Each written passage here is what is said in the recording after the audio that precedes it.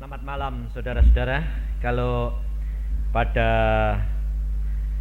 malam hari ini kita boleh bersekutu di dalam nama Tuhan Yesus adalah suatu anugerah daripada Dia. Saudara-saudara tadi sudah menyanyikan mengatakan bahwa ku rindu mengatakan kepadamu Tuhan bahwa kaulah segalanya dalam hidupku. Kalau kira-kira seseorang yang berani mengatakan begitu itu orang yang sedang apa?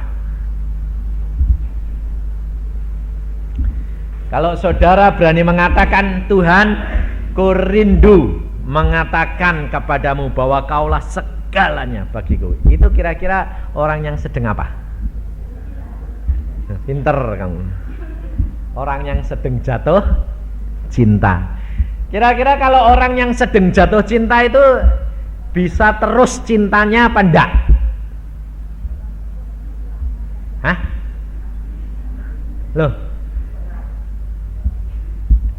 Ini saya yakin yang muda-muda di sini sudah pernah jatuh cinta dah. Hah? Pernah dah? Kalau pernah berarti cintanya pernah berhenti. Karena berkata pernah jatuh cinta, sekarang enggak lagi. Jadi kalau jatuh cinta itu tidak konstan. Itu kira-kira kalau mengatakan Tuhan ku rindu mengatakan engkau segalanya, itu betul apa enggak? Hah? Enggak. Kalau engkau berani mengatakan ku rindu mengatakan bahwa engkau segalanya, itu berarti jatuh cintanya itu tidak cuma sekali, tapi terus menerus sampai mati. Nah, saudara tahu bahwa saudara semuanya ini muda. Saya sudah setengah abad lebih, tapi untung cinta saya tidak sementara, kekal. Karena apa? Karena saya dari kecil dididik oleh Tuhan, dan tambah lama tambah cintanya tambah dalam, sehingga sekarang sudah umur 52 tahun, cinta saya itu tambah dalam. Karena cinta yang Tuhan kehendaki tambah lama itu tambah dalam, sehingga berani mengatakan seperti Rasul Paulus, hidupku bukan aku lagi, tetapi Kristus yang hidup di dalam aku. Kenapa kalau kita membaca firman Tuhan, Paulus berani mengatakan bahwa hidupku bukan aku lagi, tetapi Kristus yang hidup di dalam aku. Loh, padahal Tuhan Yesus itu roh atau daging? Saya ingin tanya kepada saudara, karena apa? Karena saudara itu harus dimulai dari sekarang, mumpung muda. Sebab banyak orang Kristen yang tua-tua sudah jadi Kristen sungguh-sungguh, dia bilang, saya kecewa. Kenapa? Kenapa aku tidak dari muda dulu mulainya? Karena sungguh Alkitab selalu berkata, orang yang dipilih Tuhan selalu dipilih dari muda.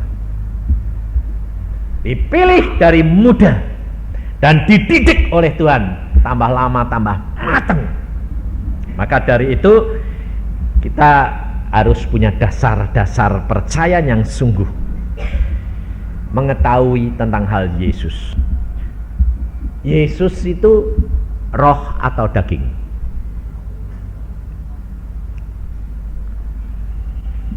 Ini persekutuan itu perlunya belajar. Jangan cuma searah, dengar, datang persekutuan, habis pulang sudah sampai rumah roh daging. Jadi saudara itu harus tahu, siapa yang setuju roh, angkat tangan. Tidak ada belangko. Masuk surga itu tidak ada belangko. Pokoknya yang belangko saya lihat. Angkat tangan yang roh. Ya. Siapa yang setuju daging?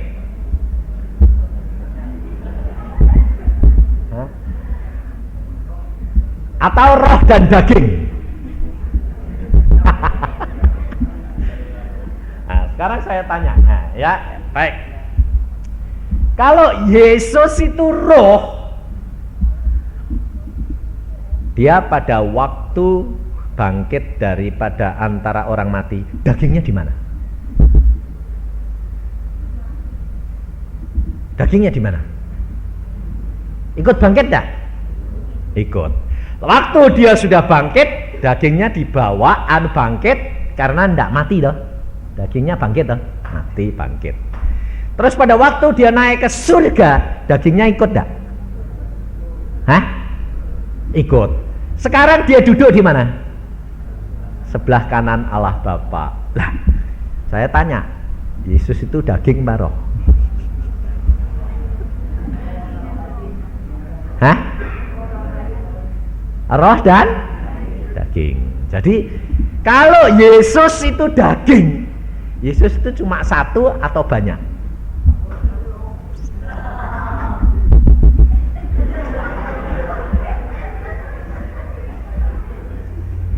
Satu atau banyak?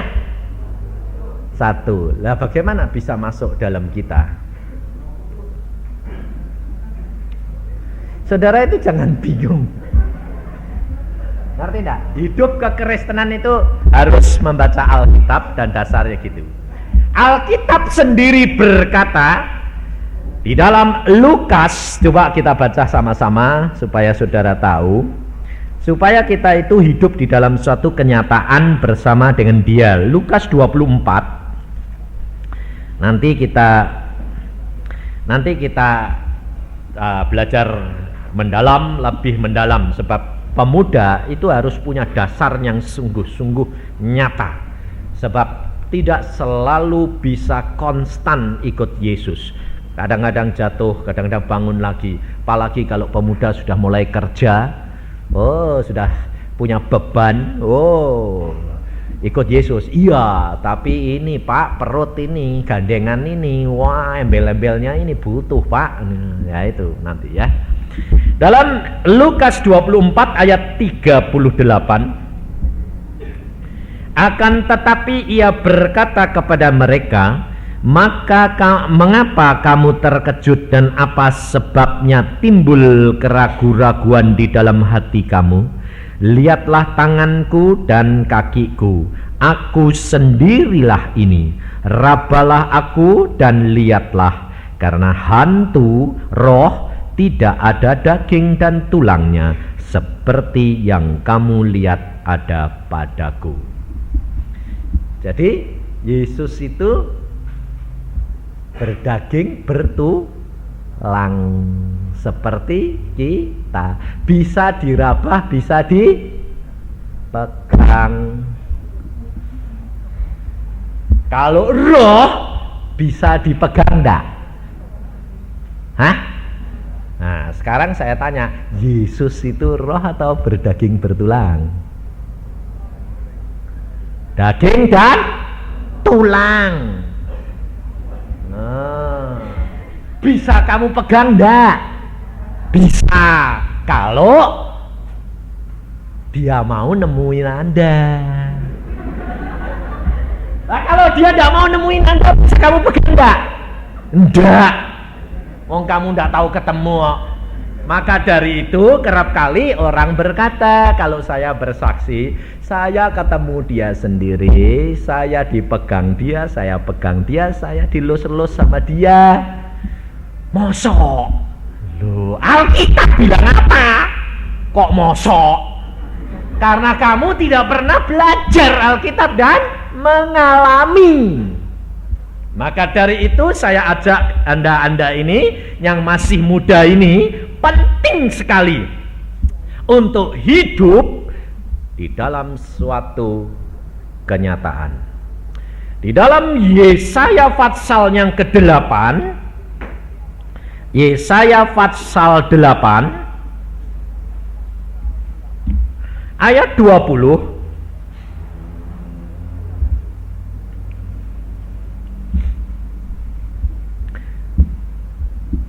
dikatakan di sini jelas, carilah pengajaran dan kesaksian Siapa yang tidak berbicara sesuai dengan perkataan itu, maka baginya tidak terbit fajar. Ayat 21, mereka akan lalu lalang di negeri itu, melarat dan lapar. Dan apabila mereka lapar, mereka akan gusar dan akan mengutuk rajanya dan Allahnya. Mereka akan menengadah ke langit dan akan melihat ke bumi. Dan sesungguhnya hanya kesesakan dan kegelapan, kesuraman dan yang menghimpit, dan mereka akan dibuang ke dalam kabut. Siapa di antara saudara pemuda dan pemudi tidak mempunyai kepikiran, tidak punya keinginan untuk hidup nanti makmur, kaya? Ayo, siapa yang di antara kamu bilang gini, "Dalah, pokoknya asal bisa hidup, makan pakai cukup." Mau? Ayo. Atau siapa yang mengatakan, "Aku hidup dengan Kristus, hidupku, masa depanku mesti berkelimpahan"? Ayo, pilih yang mana? Hah? Kelimpahan. Bayar harganya.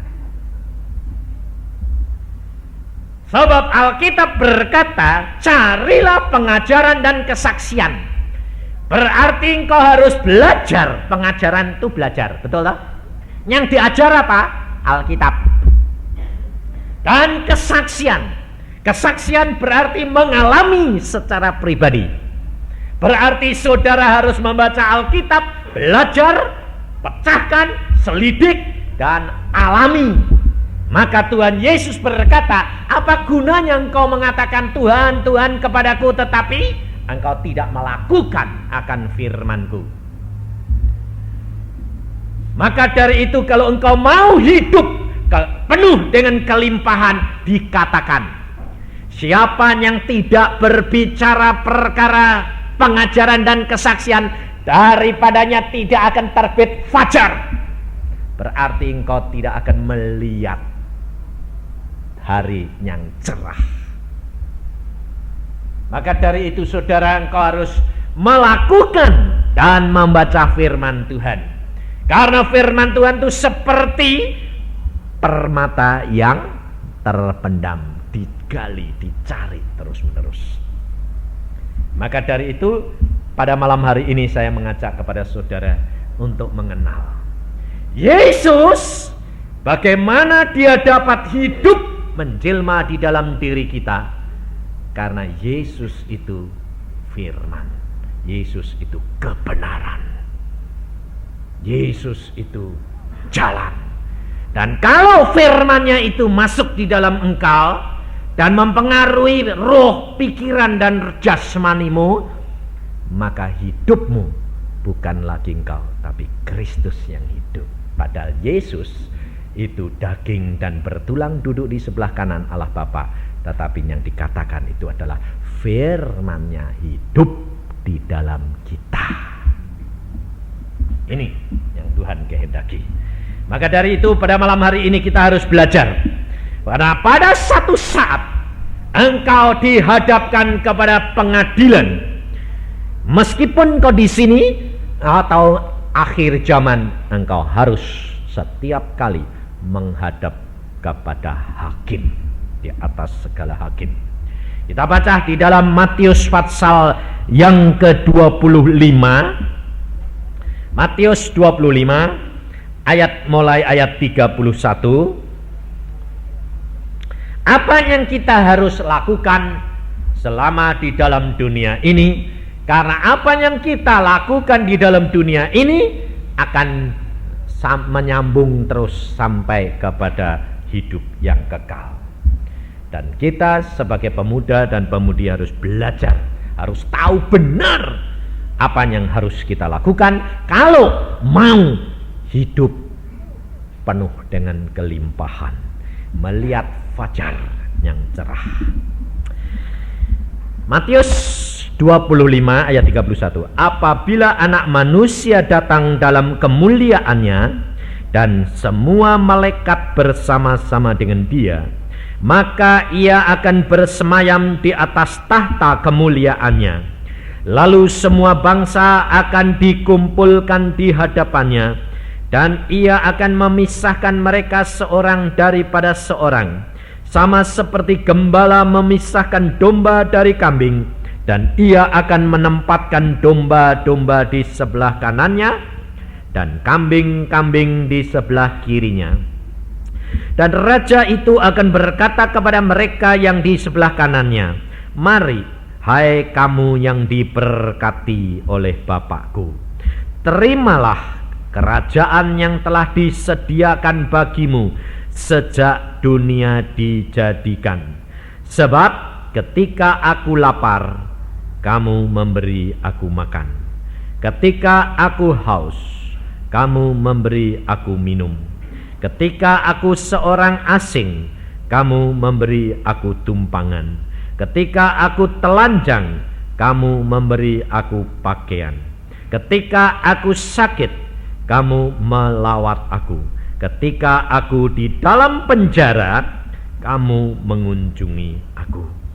Maka orang-orang benar itu akan menjawab dia katanya, "Tuhan, bila manakah kami melihat engkau lapar dan kami memberi engkau makan? Atau haus dan kami memberi engkau minum? Bila manakah kami melihat engkau sebagai orang asing dan kami memberi engkau tumpangan? Atau telanjang dan kami memberi engkau pakaian? Bila manakah kami melihat engkau sakit atau dalam penjara dan kami mengunjungi engkau?" Dan raja itu akan menjawab mereka, "Aku berkata kepadamu, sesungguhnya segala sesuatu yang kamu lakukan untuk salah seorang dari saudaraku yang paling hina ini, kamu telah melakukannya untuk aku." Dan ia akan berkata juga kepada mereka yang di sebelah kirinya, "Enyahlah dari hadapanku, hai kamu orang-orang terkutuk. Enyahlah ke dalam api yang kekal yang telah sedia untuk iblis dan malaikat-malaikatnya. Sebab ketika aku lapar, kamu tidak memberi aku makan. Ketika aku haus, kamu tidak memberi aku minum. Ketika aku seorang asing, kamu tidak memberi aku tumpangan. Ketika aku telanjang, kamu tidak memberi aku pakaian. Ketika aku sakit dan dalam penjara, kamu tidak melawat aku." Lalu mereka pun akan menjawab dia katanya, "Tuhan, bila manakah kami melihat engkau lapar atau haus atau sebagai orang asing atau telanjang atau sakit atau dalam penjara dan kami tidak melayani engkau?" Maka ia akan menjawab mereka, "Aku berkata kepadamu, sesungguhnya segala sesuatu yang tidak kamu lakukan untuk salah seorang dari yang paling hina ini, kamu tidak melakukannya juga untuk aku." Dan mereka ini akan masuk ke tempat siksaan yang kekal, tetapi orang benar ke dalam hidup yang kekal. Saudara-saudara yang kasih dalam Tuhan, di sini ada dua kelompok. Kelompok yang pertama adalah kelompok orang Kristen yang benar, dan kelompok yang kedua adalah kelompok orang Kristen yang tidak benar. Karena dua-duanya adalah kambing dan domba. Satu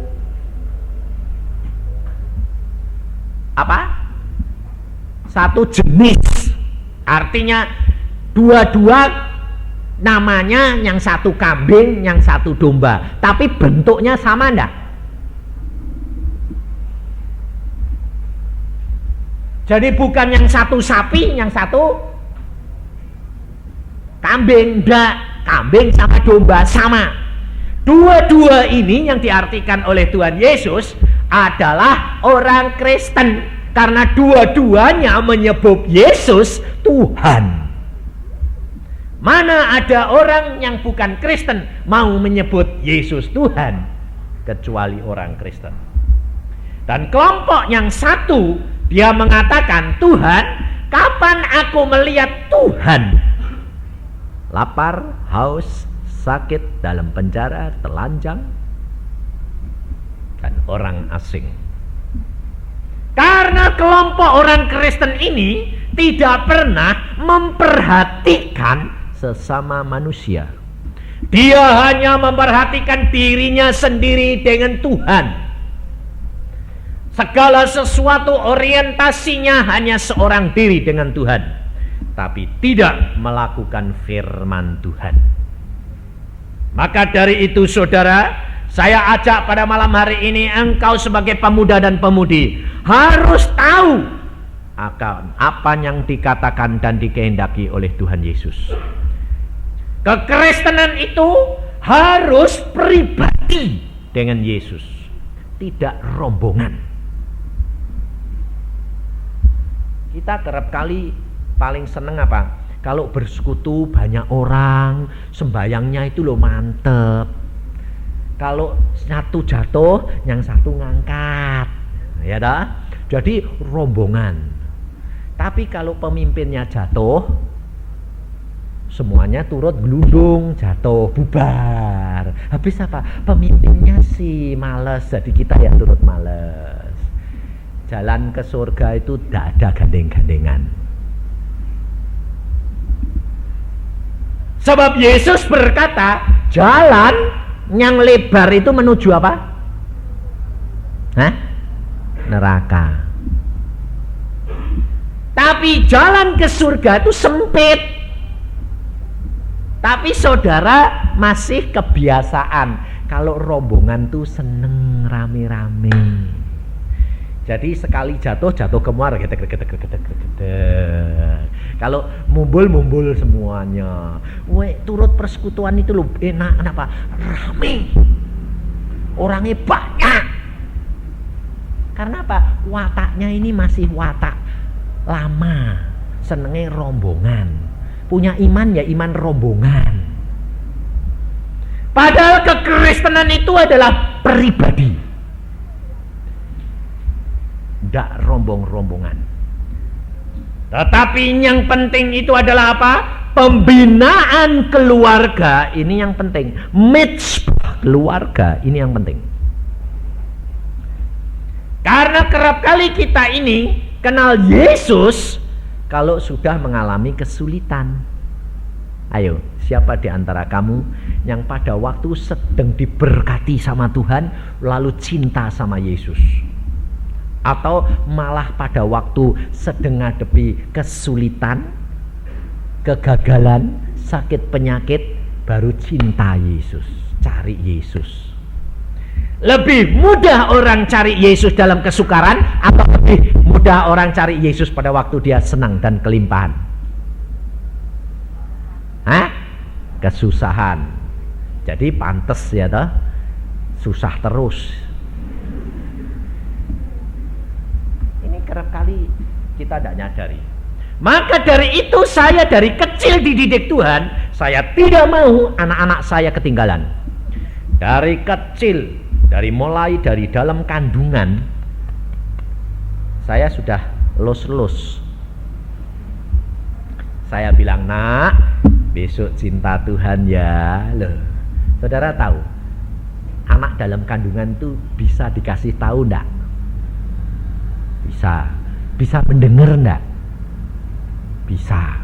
Contohnya di Alkitab ada enggak? Ada. Pada waktu Elisabet mengandung Yohanes Pembaptis, lalu Maria yang mengandung Yesus datang memberi salam kepada Elisabet. Anak di dalam kandungan Elisabet meloncat.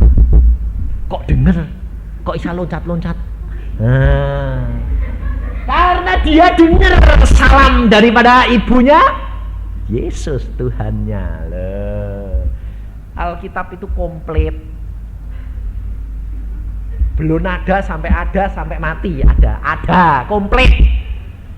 Jadi kalau saudara menjadi pemuda dan pemudi, kenalnya Yesus mulai dari dalam kandungan atau sudah gede?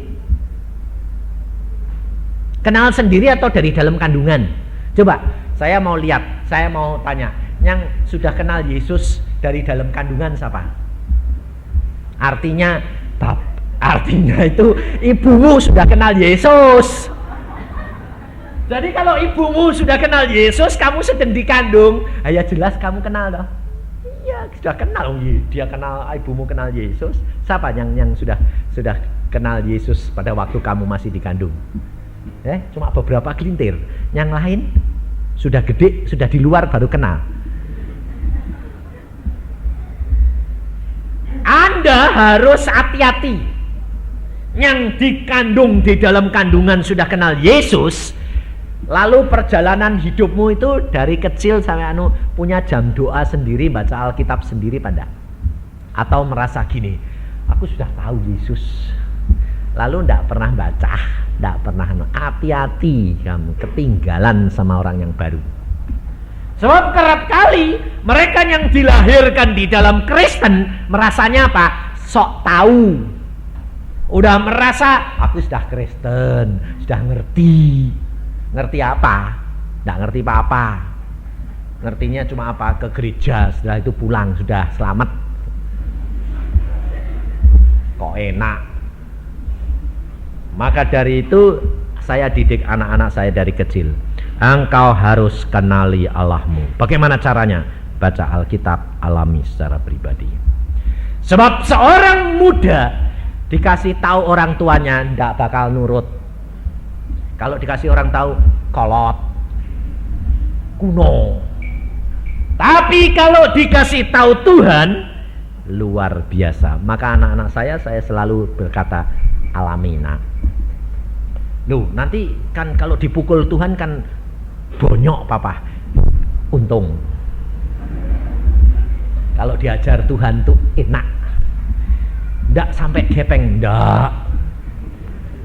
Pokoknya sampai benjut, cuma enak. Kalau orang tuamu ndak akan kamu nurut. Dan anak-anak saya semuanya berjalan dengan Yesus. Dan saya relax jadi orang tua, santai.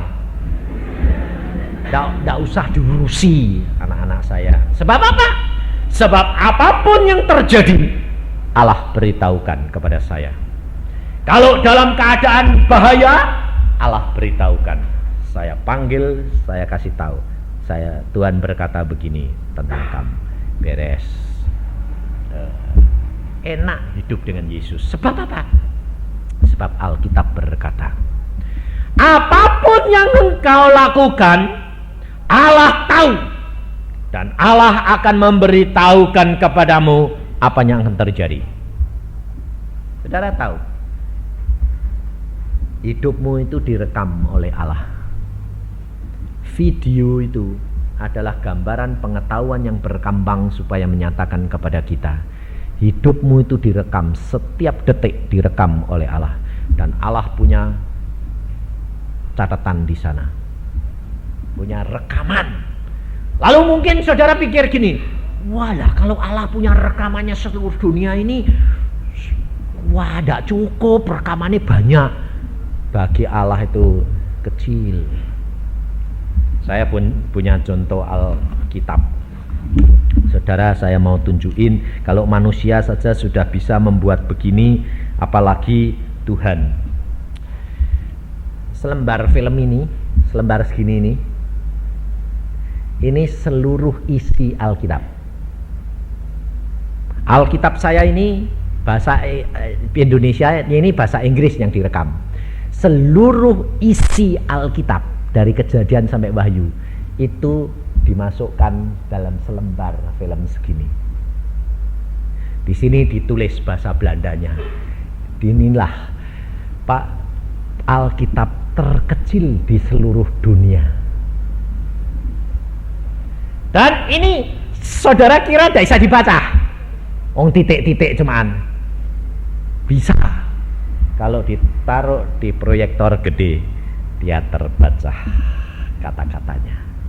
Saudara tahu, Allah itu menyatakan kepada kita bahwa manusia itu diberikan hikmat dan ilmu pengetahuan itu karena Allah punya rencana supaya saudara sadar setiap perbuatanmu direkam oleh Allah. Dan Allah akan beritahukan apa kepada orang-orang yang dikasihnya untuk menegur. Hal ini kerap kali saya alami. Anak saya itu di negeri Belanda, sekolah di sana. Pada waktu dia pacaran, saya tidak larang. Sebab pacarnya itu Tuhan yang memberi. Dan dia berkata, Pak, aku sudah dikasih pacar. Oke, namanya siapa? Aku tidak mau ngasih tahu papa. Papa tanya sendiri sama Tuhan. Saya bilang, oke, saya tanya, Tuhan kasih tahu. Ini namanya. Itu jodohnya Tuhan. Ya, Baru 5 Juli yang lalu saya rayakan untuk pernikahan mereka, tanda tangan menikah. Tapi pada waktu dia pacaran, saya katakan, nih, engkau pacaran harus dengan kekudusan. Sebab kalau tidak, nanti akan mengganggu sekolahmu. Tapi yang namanya anak muda, mana bisa wong kesenggol jagung. Loh, ini terus terang, betul enggak? Saya sendiri dulu ya gitu, kesenggol jagung rasanya. Tapi kalau sudah sekali kesenggol, kepengen nyenggol terus. Jadi mana mungkin untuk tidak nyenggol. Apalagi di negeri Belanda gitu, bebasnya lebih dari sini. Dan apa terjadi? Anak yang mengatakan, ya pak, ya, tapi senggol-senggolan terus. Akhirnya satu saat Tuhan, saya pada waktu di Surabaya, saya malam-malam saya sembahyang buat dia. Tuhan ngasih tahu, oh, saya lihat, oh lah kok sudah senggolan lagi, kok sudah sampai cium. Saya bilang, lah, langsung saya tulis surat, nih, kamu kok sudah dicium-cium, payah ini ya. Dia bilang, lah pah, wong jodoh sudah dikasih Tuhan kok pah. Nah, saya ceritakan karena sekarang dia sudah suami istri, tidak salah. Lalu saya katakan, kamu tidak akan bisa hidup kudus kalau begitu. Lah bagaimana pah, wong tidak kuat. Lah ini saya bilang, lalu pacarnya baca surat saya ini dibaca. Dia baca, waduh, ketahuan. Padahal saya di Indonesia, di negeri Belanda dia. Dia bilang, waduh kok bisa ketahuan ya? Alkitab berkata, jangan kamu kira di sana itu Bapakku, Allahku yang di surga tidak memonitor kamu. Kamu direkam sama dia. Sekali waktu dia bilang sama hambanya, lihat itu loh anakmu. Hah? Oh begitu, tak puisi surat anakku. Saudara tahu, saya tidak perlu mengontrol mereka. Allahku sudah mengontrol dan segala perkara diberitahukan kepadaku. Hidup kekristenan itu tidak ada kekhawatiran, tidak ada kebimbangan, tidak ada ketakutan. Karena apa? Karena percaya dan mengenal akan Allahmu yang sungguh. Kalau engkau sudah menyanyi bahwa aku rindu untuk mengatakan bahwa engkau segalanya, dan aku ingin dan aku merindukan mengenal engkau Tuhan, itu harus dialami, saudara. Ada perkara-perkara yang engkau harus catat dan engkau ingat-ingat. Bahwa Yesus selama engkau di dalam dunia, Yesus menuntut kepadamu menjadi pelaku-pelaku firman. Di sini ada perkara-perkara yang dikatakan dengan jelas. Sebab ketika aku lapar, kamu memberi aku makan. Ketika aku haus, kamu memberi aku minum. Artinya hidup di dalam dunia ini tidak bisa lepas daripada kelaparan dan kehausan. Tidak dapat lepas daripada lapar dan haus perkara-perkara daging. Kita sekarang cinta Yesus, tapi dalam satu saat nanti engkau bisa meninggalkan Yesus. Sementara ini engkau ada waktu, sedang sekolah, sedang bekerja untuk dirimu sendiri, engkau banyak isi dengan firman daripada Tuhan. Ada waktunya engkau tertarik oleh perkara lapar dan haus. Engkau akan tertarik perkara dunia ini dan engkau tinggalkan Yesus. Ada masa-masa engkau kurang cinta, mepet kepada Yesus, dan masa seperti itu sangat berbahaya luar biasa. Maka dari itu kita harus benar-benar melakukan. Kita sekarang sedang mencintai Yesus, kita harus isi benar-benar dengan firman-Nya. Lalu lakukan. Bagaimana caranya melakukan? Kamu sekarang Siapa di antara saudara sudah mengenal perpuluhan? Ayo. Kamu kan yang ini kamu sekolah, yang sekolah kan dapat uang dari orang tuamu. Siapa yang dapat uang dari orang tuanya lalu memberi perpuluhan? Ayo, saya mau lihat siapa. Nah, yang lain bilang apa? Nggak cukup kok, Ayo, ya dah. Saudara harus menjadi pelaku firman. Sebab apa? Sebab ini saya saksikan sendiri pada waktu saya masih jadi mahasiswa, saya dapat uang setiap bulan. Tuhan sendiri berkata, berikan perpuluhan. Loh Tuhan, aku belum kerja, dapat uang dari orang tua. Tuhan berkata, belajar menjadi pelaku firman. Berikan. Saya potong 1/10. Saya berikan. Padahal tidak dipotong saja, pas. Habis bulan, habis uang. Dipotong. Ini pikiran bilang gini, walah nanti ya tanggal 25 itu ya sudah gini. Tapi apa yang saya lakukan? Saya katakan, Tuhan, Engkau sanggup lakukan segala perkara, aku nurut. Saya lakukan. Dan tidak pernah saya kekurangan. Saudara tahu, luar biasa Allah. Bisa menyanggupkan untuk cukup. Karena apa? Karena pengeluarannya tidak banyak. Barang-barang saya jadi awet. Aneh enggak? Lah kalau enggak awet, mamanya naik sepeda motor berkali-kali gembos, nembel lagi. Wangi. Saya coba, saya jalan nih.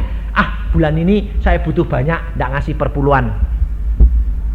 Apa terjadi? Uang malah keluar terus. Keluarnya yang aneh-aneh. Ada ballpoint hilang, ada kempos, ada apa? Lo kok bayare dibuat beli barang yang tetek bengek itu 2 kali lipat dari perpuluhan. Lalu nyoba lagi, kasih perpuluhan, awet barangnya. Lalu saya pikir-pikir, Tuhan itu ya memang lucu ya, nyata. Dan saudara tahu apa yang terjadi? Sejak itu saya tidak pernah tidak memberikan perpuluhan. Dan engkau harus nyoba. Jangan cuma dengar-dengar, oh ya. Tapi alami dan mulai berdiskusi dengan Allah dan katakan, Tuhan, aku mau ngalami. Rugi, enggak apa-apa. Nah, tapi alami. Kalau kamu ngalami, sudah pernah kena batunya, enggak berbuat 2 kali. Betul enggak? Alami. Maka saya selalu ajar kepada saudara sebagai pemuda-pemudi, saya katakan, alami nak. Kalau kamu tidak ngalami, kamu keliwat rohani, lalu bilang, ya Tuhan, semua aku jalankan. Lalu pengajaran terus. Saudara tahu apa yang dialami di kota Bandung? Pemimpin-pemimpin pemuda anak persekutuan pada waktu menggebu-gebu, mereka cinta Tuhan, rohaninya luar biasa, pengajaran dikejar terus, rohaninya naik, berkarunia segala macam, lalu rohaninya tinggi luar biasa. Satu saat perkara haus dan lapar, guling semuanya. Sudah jadi insinyur, lalu menikah sama-sama, pelayan Tuhan, cinta Tuhan, dua-dua jadi MC, bawa firman. Siapa yang menduga habis kawin, satu lari sama perempuan lain, satu perempuannya lari sama laki-laki lain. Sampai saya jadi bengong. Loh Tuhan, 2 orang baru kawin beberapa bulan kok sudah cari gandengan lain. Lalu firmannya mana, imannya mana? Tuhan berkata, hanya pengajaran, tidak ada kesaksian. Dan akhirnya mereka mempermalukan nama Tuhan. Rontok. Maka dari itu saya katakan kepada saudara, mulai lakukan. Tidak perlu pengajaran tinggi. Pengajaran memang perlu, tetapi langkah demi langkah alami. Pengajaran dan kesaksian harus paralel. Rohani dan jasmani harus paralel. Sebab kalau tidak, engkau rugi. Makanya saya terus terang kalau dengan Tuhan saya bilang gini, Tuhan, rohaniku naik, jasmaniku harus naik. Tambah lama, tambah makmur. Nah iya, makmur rohaninya, kalau jasmaninya kempes, nggak bisa makmur. Saya bilang susah, saya bilang nggak mau. Tapi jasmaninya makmur, kalau rohaninya enggak makmur, jatuh. Maka harus sinkron. Kalau saya, ada orang berkata begini, Pak Yusa, harusnya jadi 50% rohani, 50% jasmani. Enggak. Kalau 50% rohani, 50% jasmani, kalah rohaninya, enak jasmaninya. Kalau saya 60% rohani, 40% jasmani. Sebab apa? Miring-miringo, naik-naiknya jasmani itu masih 10%. Sudah sadar, kok sudah mau melampaui rohani. Hati-hati. Hidup kekristenan tidak bisa lepas daripada lapar dan haus. Tidak bisa lepas dari daging. Lalu hidup kekristenan tidak bisa lepas daripada sakit penyakit. Siapa di antara saudara orang Kristen berkata, aku tidak pernah sakit? Sekali sakit mau mati. Kita selalu mendapatkan masalah. Sekarang pergantian hawa saja orang banyak yang suaranya habis. Batuk pilek, grok. Apa saudara kira? Wah, kalau hamba Tuhan mungkin tidak kena. Siapa bilang? Saya sebelum ini sudah mulai, Tuhan, tenggorokanku kok gini, saya ini berbicara terus loh. Tuhan berkata, itu pergantian hawa biasa.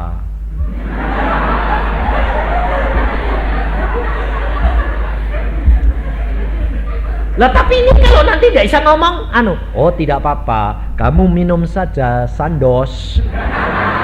Oh gitu. Tiap hari makan sandos 1, tidak jadi. Hanya gatal-gatal sedikit, tapi tidak jadi. Sebaliknya anak saya Dani ya, 3 hari sebelumnya itu Tuhan bilang, Dani minum sandos karena sudah mulai gatal-gatal. Dia bilang enggak apa-apa, kena kletek. Dia bilang waduh batuk pilek. Terus saya bilang, loh kamu kok bisa batuk pilek? Sebelumnya itu pasti Tuhan sudah kasih tahu toh. Iya Pak, aku bandel. Terus kena aku akibatnya. Sekarang wah yang bayar Pak grok gini nih. Nah, saya berkata kalau kamu dengar-dengaran dengan Tuhan tidak bakal kena. Jangan kamu kira bahwa obat-obatan vitamin-vitamin itu lalu saudara tidak mau. Dan itu segala perkara ngawur saya bilang. Itu sedang apa? Sedang cinta buta. Itu semuanya dipakai Tuhan untuk kemuliaan dan untuk menjaga kita. Santai, saya orangnya santai. Ada apa-apa Tuhan, keadaanku gini loh. Saya langsung terus terang, Tuhan ini keadaan gini loh. Terserah loh. Kalau mau apa-apa ya, pelayanan masih banyak, tapi keadaan tubuhku gini. Terserah. Tuhan bilang tidak apa-apa, jalan saja. Bayangin, saya pernah kena satu penyakit yang luar biasa, batuk pilek. Batuknya itu tidak berhenti-berhenti, meler terus. Dan saya bilang, saya mau khotbah mau apa ini meler terus, panasnya kayak gini. Saya cuma bilang apa? Urusanmu, pokoknya nanti sore saya khotbah. Tuhan berkata, tidak apa-apa. Aku ya bilang, aku ya tidak apa-apa, tak tinggal tidur. Jam 5 khotbah, jam 3 sore Tuhan berkata, stop. Karena kamu harus khotbah, kamu sembuh. Jadi ucapkan syukur dalam segala perkara. Yang penting apa? Engkau periksa diri, apakah aku berdosa enggak sama Tuhan. Kalau engkau berdosa, cepat bertobat. Kalau engkau tidak berdosa, tidak salah, kena serangan, itu biasa. anggap sepi, ucapkan syukur. Karena itu memang kelemahan tubuh, dan Allah tahu apa yang akan terjadi. Allah sanggup lakukan segala perkara. Luar biasa Allah kita. Maka dari itu kita tidak bisa lepas daripada lapar, haus, dan sakit penyakit. Kalau engkau mau melakukan firman, temanmu sakit, kamu harus doakan. Kamu harus beri mereka pelawatan. Doakan mereka. Engkau nanti pada waktu sakit, orang lain berdoa. Yesus sendiri berdoa untuk engkau. Dan dia melihat engkau, dia akan menolong engkau. Jadi pelaku firman. Lalu yang ketiga, Yesus berkata, pada waktu aku telanjang dan di dalam penjara. Mengapa Yesus selalu katakan perkara-perkara ini? Karena kita hidup di dalam dunia tidak bisa lepas daripada ekonomi dan masalah-masalah. Orang tidak salah bisa masuk penjara. Orang salah bisa mewah-mewah. Saya barusan ketemu seorang, kakaknya sendiri memasukkan adiknya dalam penjara. Kenapa? Karena warisan. Sampai saya bilang, hanya karena uang manusia bisa berbuat dosa jahat kayak begitu. Dan saya tanya, kakaknya orang Kristen enggak? Adiknya jelas orang Kristen. Kakaknya orang Kristen, Pak, majelis. Hah? Kok sampai hati? Karena duit. Maka dari itu saudara, engkau menjadi orang Kristen, jangan ikut-ikutan, jangan punya iman rombongan. Kau harus pribadi dengan Yesus, perdalam iman percayamu dan firmanmu, firman Tuhan di dalam engkau, maka engkau tidak akan takut. Apapun yang akan terjadi, engkau sanggup mengatasi. Tak usah takut, tak bakal engkau kena akan segala sesuatu yang Tuhan tidak memperbolehkan kau kena. Kau akan mempunyai keberanian menghadapi kenyataan. Kau akan mempunyai keberanian untuk menghadapi segala tantangan. Karena Yesus beserta dengan engkau, ada wibawa Allah di dalam dirimu. Jadi engkau tidak usah takut. Menghadapi segala perkara tidak perlu takut. Kau berjalan sendiri tidak takut. Dimintain apa-apa tidak takut. Karena apa? Karena ada wibawa Allah di dalam dirimu. Tidak ada orang berani menjamah engkau kalau Allah beserta dengan engkau. Maka kehidupan kekristenan harus menjadi pelaku firman. Jangan kita mempunyai pikiran ini yang menjadi berhala. Dan kerap kali pikiran ini sebagai Allah kita. Kalau kita sakit, kita berdoa tidak sembuh-sembuh, atau Tuhan mengatakan kepada kita, percaya mesti sembuh. Pikirannya bilang apa? Mosok bisa? Mosok bisa? Tidak ke dokter bisa sembuh? Mosok bisa? Lah, tidak bakal bisa. Kita kerap kali itu dipengaruhi oleh pikiran. Lalu kita mau melakukan segala perkara, mana mungkin. Saya barusan ke desa di Jawa Timur. Penginjil desa itu selalu berkata apa sama saya. Ya Pak Yusa, kalau Pak Yusa kan penginjil kota, segala perkara bisa. Tapi kita Pak, orang desa, kolektornya saja 2.000 Pak. Mana bisa Pak? Saya berkata, karena visimu visi akal dan bukan visinya Allah, kau tidak dapat apa-apa. Kamu harus punya visinya Allah. Allah sanggup lakukan segala perkara dan tidak ada yang mustahil bagi Allah kita.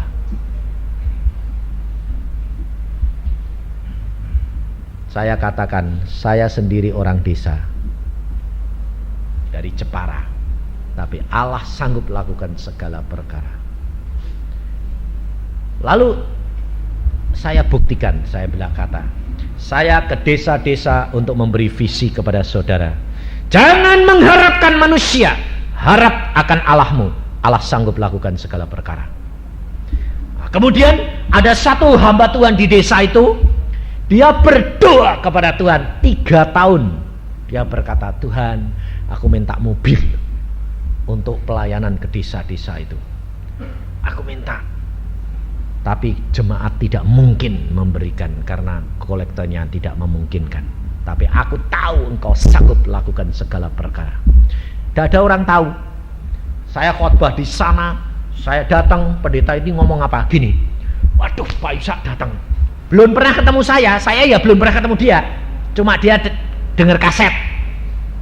Lalu dia bilang, wah Pak Yusak datang, saya merasa ada satu mujizat terjadi. Saya yang jadi bingung, mujizat apa? Saya ya biasa gini, tidak merasa ada apa-apa, kok mujizat. Saya tidak tahu dulunya. Habis khotbah saya pulang, dapat persembahannya saya kasih kembali dia, pakai untuk pembangunan. Ya, saya pulang. Sudah jam 10:30 sampai di tengah jalan ini ke Surabaya, ini sudah jauh. Tuhan ngomong di tengah jalan sama saya, Yusak, kamu harus berdoa untuk hambaku itu. Berdoa apa? Dia kepengen mobil. Saya bilang, oke, kalau gitu engkau suruh aku berdoa berarti engkau sudah sediakan dong Tuhan. Lalu saya ngomong di mobil ini, saya harus berdoa untuk dia karena Tuhan sudah sediakan mobil bagi dia. Yang lain bingung. Tuhan ngomong gitu, ya. Lah kalau gitu ya ayo balik toh ke sana. Ngapain? Kasih toh. Loh, kasih piye toh? Bingung aku. Saya suruh berdoa. Iya, saya ya digerakkan Tuhan untuk ngasih Pak Yusak. Aneh enggak? Yang nyopir. Karena yang nyopir ternyata direktur. Yang nyopirin saya ini direktur. Yang satu bilang, sudah malam, biarin, balik. Ayo balik sama saya. Balik ke rumahnya. Sudah malam. Pintunya itu masuk 15 meter kira-kira. Lalu bilang, lah bagaimana cara bangunin dia? Gampang, klaksonnya nyalain, tetet, lampu mau biak. Lah, siapa yang bukain? Kalau ndak bukai, ya ndak jatah. Kalau Tuhan yang suruh, pasti Tuhan sudah sediakan. Lalu dia biak. Langsung lari pendetanya keluar. Lari. Oi, ada apa? Oi, kenapa Pak Yusak? Ada pesan Tuhan. Saya bilang, wah ya mari bukanya. Ternyata suami, istri, anak-anaknya belum tidur. Tidak tahu apa yang diomongin tuh, tidak tahu. Tidak tidur, belum tidur semua. Lalu kita datang, ayo duduk sembahyang. Istrinya takut luar biasa, pikirnya salah apa ini, mau ditegur apa ini. Nunduk gini, sampai nunduknya tuh kelihatan kalau takut sekali. Lalu ngelirik saya, pikirnya apa yang mau diomong ini. Lalu setelah sembahyang saya bilang, kamu berdoa minta apa sama Tuhan? Minta mobil ya? Iya Pak Yusak, sebab buat pelayanan. Ini mau musim hujan. Kalau kehujanan itu ke sana tuh tidak bisa kita. Berapa kamu minta? Ya 2-3 juta. Sesuai dengan imanmu dapat segitu. Saya pikir bodoh. Minta kok 2-3, mbok minta 10 juta. Tapi memang Tuhan tuh pada waktu di jalan sudah ngomong sama saya, doakan karena dia cuma minta 2-3 juta. Iya betul, cuma saya minta 3 juta cukup kok Pak Yusak. Ya sudah, dapat. Saya bilang, dapat bagaimana Pak Yusak? Iya ada, duitnya 3 juta tuh ada. Sudah, kamu dapat, pokoknya cari mobil seharga 3 juta sesuai dengan imanmu. Melongok semua. Ya. Lusa datang ambil uang. Bayangin saudara, dia berdoa 3 tahun tidak ada orang tahu, tapi Allah sanggup memerintah orang kota untuk memberikan. Percaya enggak kalau Allahmu itu maha kuasa dan dia sanggup memerintah hamba-hambanya untuk mengantar? Saya enggak kenal sama hamba Tuhan itu. Belum pernah ketemu sekali. Orang desa, tapi dia harap kepada Allahnya. Allah sanggup lakukan segala perkara. Maka dari itu saudara, engkau jadi pemuda dan pemudi, jangan harap orang tua, jangan harap manusia, harap kepada Tuhanmu.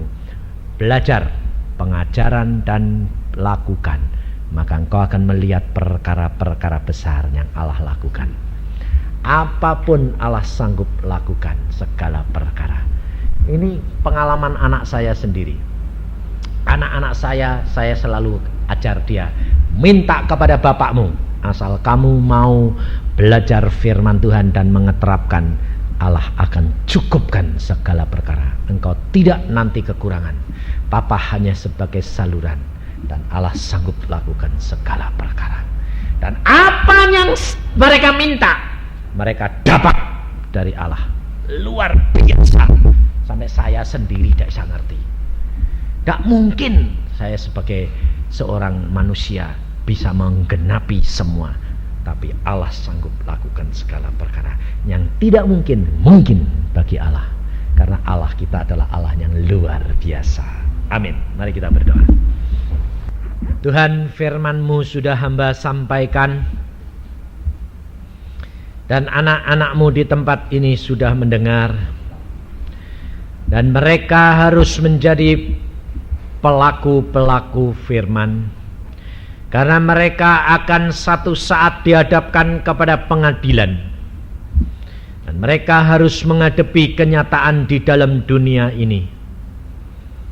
Tetapi Tuhan, di mana mereka yang belum biasa memberi kepadamu, kalau mereka mau belajar dan mau melakukan, hamba mohon Tuhan, Engkau buktikan supaya mereka mempunyai pengalaman secara pribadi dengan Engkau, bahwa kalau mereka melakukan firman-Mu, mereka memberikan apa yang Engkau katakan dan melakukannya, Engkau akan menyertai dan memberkatinya. Maka dari itu Tuhan, hamba serahkan mereka dalam tangan-Mu, karena hanya Engkau yang tahu apa yang terbaik buat anak-anak-Mu. Hamba-Mu berhenti bicara, tapi Engkau yang meneruskan Tuhan Roh Kudus, karena semua dalam perencanaan-Mu.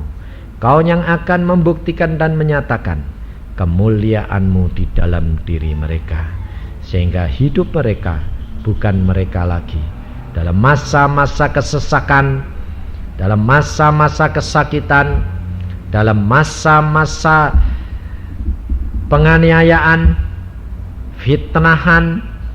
Mereka tidak akan kecewa menurut Engkau, karena manusia semuanya mengecewakan, tetapi Engkau tidak pernah mengecewakan. Terima kasih Tuhan, karena Engkaulah Allah kami yang baik. Dalam nama Tuhan Yesus kami serahkan kembali anak-anak-Mu dalam tangan-Mu. Haleluya. Amin. Karyamu adil dan benarlah jalanmu, Raja segala bangsa yang berkuasa.